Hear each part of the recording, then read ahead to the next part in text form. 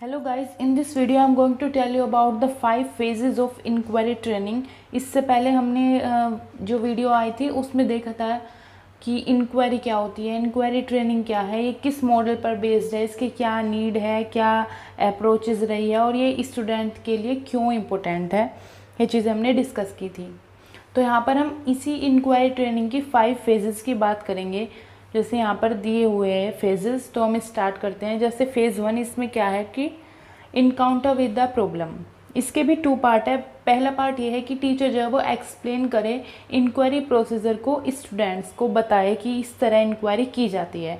और सेकंड यहाँ है जहाँ पर एक सिचुएशन दे, उसके अंदर कुछ प्रॉब्लम हो जिसको स्टूडेंट जो है वो इंक्वायरी ट्रेनिंग या इंक्वायरी के मेथड से उसकी इंक्वायरी कर पाए, उसे उस वे से देख पाए। तो इंक्वायरी प्रोसीजर में जो टीचर है वो एक्सप्लेन करता है इंक्वायरी कि इस प्रोसीजर में क्या इंक्वायरी हो सकती है, कैसे आपको करना है ये, और प्रेजेंट डिस्क्रिपेंट इवेंट। इसके अंदर क्या है कि जो स्टूडेंट है जब वो इंक्वायरी के प्रोसीजर को समझ जाता है तो नेक्स्ट टास्क उसका ये होता है कि वो जो टीचर है वो उनको एक इवेंट प्रेजेंट करके दे और कोई प्रॉब्लम, कोई सिचुएशन उनको दे जिससे कि वो समझ पाए कि स्टूडेंट कितना इंक्वायरी मेथड को समझ पाए हैं। और जो इवेंट है वो एक प्रॉब्लम हो उसके अंदर जिसको स्टूडेंट को सोल्व करना हो, और जो प्रॉब्लम है वो बैकग्राउंड जो उसने पहले कुछ चीज़ें पढ़ी हो उससे मैच करना चाहिए कि वो समझ पाए कि हाँ ये चीज़ें मैं पहले भी इनसे इनकाउंटर कर चुका हूँ। तो अब वो कुछ पढ़ेगा, उसमें इंक्वायरी लगाएगा, वाई हाउ ये सब चीज़ें जो वो उसके अंदर पूछेगा। प्रॉब्लम जो हो वो इन्हांस करे बच्चे की क्यूरियोसिटी को और मोटिवेशन दे स्टूडेंट्स को आगे और अच्छे और क्वेश्चंस करने का। और जो इवेंट है वो पार्टिकुलर जो प्रॉब्लम जो गिवन है जो टीचर ने दी है उस पर फोकस करे, और वो इतनी ज़्यादा नैरो तो हो कि कम से कम इंक्वायरी एक्टिविटी उसके अंदर की जा सके और डाटा को ईजीली गैदर जो है वो बच्चे कर सके।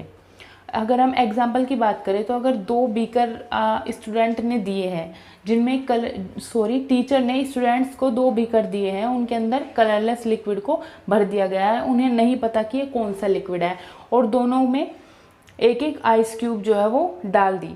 तो एक के अंदर क्या होगा, एक के अंदर वो डूब जाएगी और दूसरे के अंदर वो तैरने लगेगी, जबकि जो दोनों लिक्विड है वो तो सिमिलर लग रहे हैं देखने में क्योंकि वो कलरलेस है, और जो आइस क्यूब्स है वो भी दिखने में उनका साइज भी सिमिलर लग रहा है। तो इस प्रॉब्लम में जो भी ये प्रॉब्लम बच्चों को दी गई कि ये क्यों हुआ, ऐसे ऐसे क्वेश्चन के अंदर आएंगे। अब देखते हैं कि medium for presenting the event. जब टीचर ने इवेंट को प्रेजेंट कर दिया है और जब टीचर को एक इवेंट को प्रेजेंट करना है, लाइक यही प्रॉब्लम उन्हें टीचर बच्चों को देनी है, तो उसका भी एक प्रॉपर वे हो उसको प्रेजेंट करने का भी, लाइक फिल्म्स के through, audio tapes, demonstration, graphs, table, maps, case studies, verbal connotations, इनके थ्रू वो बता सकते हैं एक प्रॉब्लम को है वो बच्चों को दे सकते हैं इंक्वायरी के लिए। फेज़ 2 की बात करें, इसमें डाटा को गैदर किया जाता है, उसका वेरिफिकेशन होता है। इसमें जो है वो टीचर हेल्प करता है स्टूडेंट की कि वो डाटा को कलेक्ट करे। स्टूडेंट जो है वो वेरीफाई करते हैं नेचर को, ऑब्जेक्ट के कंडीशंस को, और क्या करेंस रही प्रॉब्लम सिचुएशन की वो उसको देखते हैं। और जब भी वो डाटा कलेक्ट करते हैं तो वो सिर्फ इस टीचर से क्वेश्चन पूछते हैं, तो टीचर का आंसर येस और नो में ही होगा, वो उससे ज़्यादा कुछ नहीं बताएगा। बस वो क्या है स्टूडेंट्स को ही अपनी समझ, अपनी अंडरस्टैंडिंग उसके अंदर लगानी होगी, टीचर सिर्फ उनको गाइड करेगा, वो कोई भी पूरा फिनोमिना उनको नहीं समझाएगा। ये इंक्वायरी मेथड के अंदर होता है। तो जो स्टूडेंट है वो क्वेश्चन पूछ सकते हैं, उन्हें ये 4 टाइप्स की जो है इन्फॉर्मेशन को कलेक्ट करना होता है, लाइक इन्फॉर्मेशन अबाउट ऑब्जेक्ट्स, जो इवेंट हुआ उसके बारे में, प्रॉपर्टीज़ देखनी हो किसी चीज़ की, और कंडीशंस, ये 4 चीज़ों के बारे में उन्हें इन्फॉर्मेशन कलेक्ट करनी होती है। जैसे अभी हम एग्जांपल देखें, हमने बीकर वाला एग्जांपल लिया था, उसको यहाँ कंटिन्यू करते हैं। तो उसके अंदर बच्चे क्या देखेंगे कि बीकर का सेम साइज था, या जो लिक्विड था उसकी डेंसिटी सिमिलर थी क्या, या फिर जो बीकर है वो सेम पोजीशन में रखे गए, या फिर जो आइस क्यूब है वो क्यों पहले वाले बीकर में डूब गई और दूसरे वाले में नहीं डूबी। तो ये सारे उनके क्वेश्चंस फ्रेम होंगे और उसको लेकर ही वो इन्फॉर्मेशन को कलेक्ट करेंगे। और कुछ 2 अदर थिंग्स होगी जिनको माइंड में रखना है इस फेज़ के अंदर। लाइक जो क्वेश्चंस है वो पिन पॉइंटेड होने चाहिए, उनके आंसर येस में या नो में होंगे। जो स्टूडेंट है वो टीचर से ये नहीं बोल सकते, अभी हमने डिस्कस भी किया है कि आप फिनोमेना को एक्सप्लेन करो, वो उन्हें खुद फाइंड करना होगा। लाइक हम एग्जाम्पल को कंटिन्यू करें तो the student may not ask a question like how did the density of liquid affect the sinking of ice cubes, ये उन्हीं को ढूंढना पड़ेगा। और बट वो ये पूछ सकते हैं is the density of one liquid in which ice cube sinks greater than the other liquid in which ice cube does not sink. वो ऐसा सिंपल क्वेश्चन कोई पूछ सकते हैं जिसका रिप्लाई सिर्फ येस और नो में ही होगा, तो टीचर भी यहाँ पर रिप्लाई करके बोल सकता है कि येस या फिर नो सिचुएशन के अकॉर्डिंग। उसके बाद बच्चों को खुद ही उस प्रॉब्लम को सॉल्व करना होगा। बहुत टाइम जो है वो क्या होता है कि स्टूडेंट क्वेश्चन ऐसा पूछ लेते हैं जिसका आंसर येस या नो में नहीं आता, तो इस केस में टीचर उन्हें जो है वो रूल बताए गेम के या इंक्वायरी मेथड के, आप कुछ भी बोल सकते हो, रूल बताए कि इसका रूल ये, या आप वही क्वेश्चन पूछेंगे जिसका आंसर पिन पॉइंटेड हो, येस और नो ही हो। तो फिर वो उन्हें बताए कि आपको क्वेश्चन ही इस तरह फ्रेज करना है अपनी इंक्वायरी के लिए जिसका आंसर सिर्फ येस और नो में आएगा। तो इससे क्या होगा, उनकी क्वेश्चन कैसे फ्रेम करना है ये एबिलिटी भी उनके अंदर डेवलप होगी। इससे हम वर्कशीट्स का भी यूज़ कर सकते हैं, क्योंकि स्टूडेंट बहुत सारे क्वेश्चंस पूछते हैं प्रोसेस में, तो उनको रिकॉर्ड करके एक जगह कलेक्ट करके सिस्टमेटिक वे में वर्कशीट्स के अंदर भी दिखाया जा सकता है। फेज 3 की बात करें जिसमें हम डाटा को गैदर करते हैं और एक्सपेरिमेंट करते हैं। जो स्टूडेंट हैं वो एक्सपेरिमेंट करके डाटा को गैदर करते हैं। एक्सपेरिमेंट के भी 2 फंक्शन होते हैं, एक है एक्सप्लोरेशन, एक है डायरेक्ट टेस्टिंग। एक्सप्लोरेशन के अंदर क्या होता है कि वो थिंग्स को चेंज करके देखते हैं कि क्या कुछ होगा। लाइक जो आइस क्यूब है उन्हें चेंज कर दिया, लिक्विड को चेंज कर दिया, बीकर को चेंज कर दिया। और डायरेक्ट टेस्टिंग जब होती है जब स्टूडेंट कोई हाइपोथेसिस अपने आप से ही कुछ चीज़ को लेके चलता है। लाइक वो समझ सकता है कि जो लिक्विड है वो दोनों अलग अलग है और एक की डेंसिटी ज़्यादा है, एक की कम है। वो खुद से एक हाइपोथेसिस बना के उसको फिर आगे टेस्ट करता है, और अगर वो चीज़ सही चलती है तो उसकी हाइपोथेसिस भी ट्रू हो जाती है।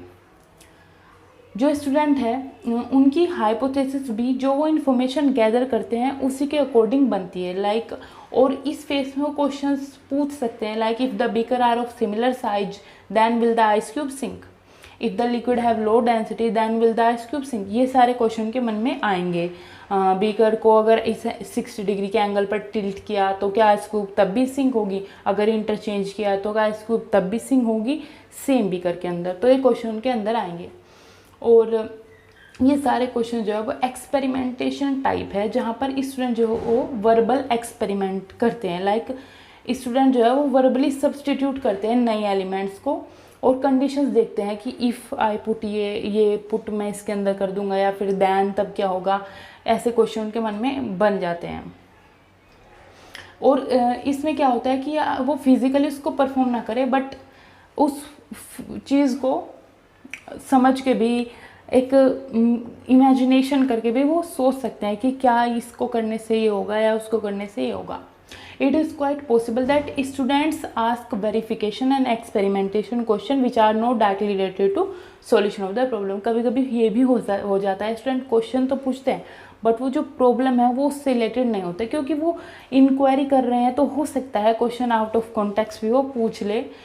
इस सिचुएशन में भी स्टूडेंट जो टीचर है वो उनको गाइड करता है, वो उसको गाइड करे, समझाए, ना कि पूरा कुछ एक्सप्लेन कर दे। वो उनको समझाएगा, गाइड करेगा, तो बताएगा कि आप कैसे रेलेवेंट क्वेश्चन पूछ सकते हो। तो सिर्फ टीचर का यहाँ पे काम है, एक फैसिलेटर का, एक गाइडर का। वो गाइड करे तो खुद ब खुद बच्चे जो है वो खुद से इंक्वायरी कर लेंगे। फेज़ 4 की बात करें, यहाँ पे एक एक्सप्लेनेशन को फॉर्म किया जाता है।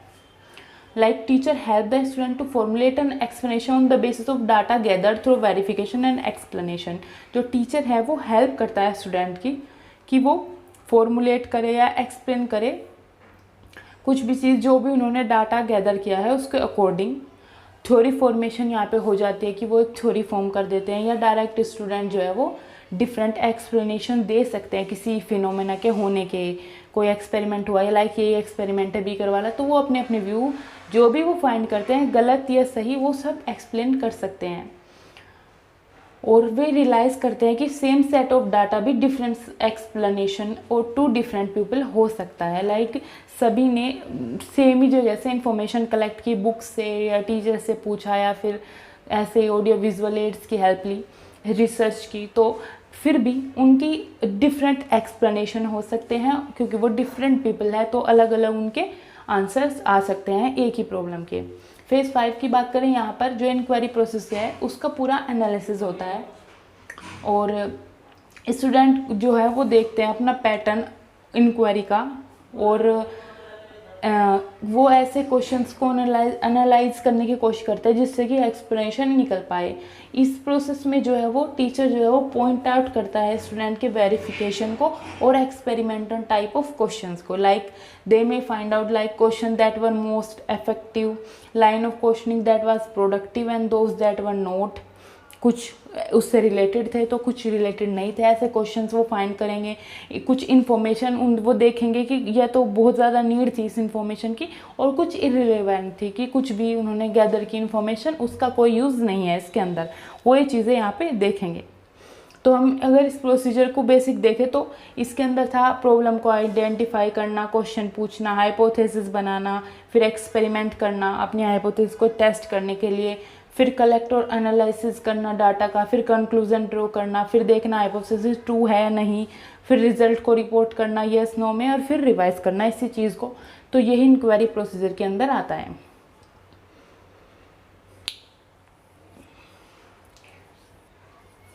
इसके लिए हम एक आइडियल मॉडल भी देख सकते हैं। जो इंक्वायरी बेस्ड लर्निंग है इसके लिए हम एक आइडियल मॉडल लेके चल सकते हैं। आइडियल में I stand for identify the problem, D define represent the problem, E explore alternative approaches, A act on a play, L look at the effects। तो आइडियल को देखते हुए हम इस प्रोसीजर को सिस्टमेटिक वे में फॉलो कर सकते हैं। यहाँ basic open inquiry learning cycle, ये कॉन्सेप्ट्स अप्रोचेस इम्पोर्टेंट क्या है इसके अंदर कि why we use inquiry methods. हम इंक्वायरी मेथड्स को यूज़ क्यों करते हैं? क्योंकि जो इंक्वायरी है वो एक पर्पस प्रोवाइड करती है, जो क्योंकि स्टूडेंट को जो है आसानी से इंगेज करती है, वो कुछ फाइंड करते हैं इसके अंदर, वो कुछ नया सीखते हैं इसके अंदर। और ये स्कूल के अंदर वे इंक्वायरी के थ्रू बहुत सारी चीज़ें सीखते हैं। वे वेल इक्विप्ड हो जाते हैं, ऑटोनोमस इन्वेस्टिगेशंस करना सीख जाते हैं, डिसीजन मेकिंग आ जाती है। और जो इंक्वायरी है वो प्रिपेयर करती है स्टूडेंट को for employment, where inquiry skill are highly valued. वो एम्प्लॉयमेंट के लिए उन्हें प्रिपेयर करते हैं, क्योंकि अगर आपको कोई जॉब चाहिए या आप कहीं पे भी जाएंगे तो इंक्वायरी स्किल की बहुत वैल्यू होती है, बहुत ज़रूरी होती है। बाकी अगर मैं अदर बेनिफिट्स देखूं तो लाइक ये इंटरेक्टिव बनाती है बच्चे को, एक्टिव पार्टिसिपेशन बढ़ता है, इंट्रीगेटिव होती है, पीयर लर्निंग इससे बढ़ती है, कोग्निटिव डेवलपमेंट होता है बच्चे का, और उसके अंदर पेशेंस डेवलप होता है। और अगर मैं डीमेरिट्स की बात करूं कि इसके कुछ डिसएडवांटेज हो सकते हैं नहीं, तो आई थिंक ये थोड़ा टाइम कंज्यूमिंग प्रोसेस है। और जो स्मॉल क्लासेस है लाइक कोई 5th कोई 2nd क्लास का बच्चा है या कोई 1st क्लास का बच्चा है, तो ये उन सब के लिए नहीं है, क्योंकि उन्हें इसकी एक क्राइटेरिया है कि प्रायर या पिछली नॉलेज बच्चों को होनी ज़रूरी है उस चीज़ के बारे में। तो बेसिक नॉलेज उनके पास उस टाइम नहीं होती, तो उनके लिए नहीं है। और सारे टॉपिक भी इसके अंदर कवर नहीं हो सकते। हम सभी टॉपिक्स को इंक्वायरी के थ्रू तो पढ़ा नहीं सकते, तो ये कुछ फैक्टर होते हैं। Thanks for watching. Please like, share and subscribe the channel.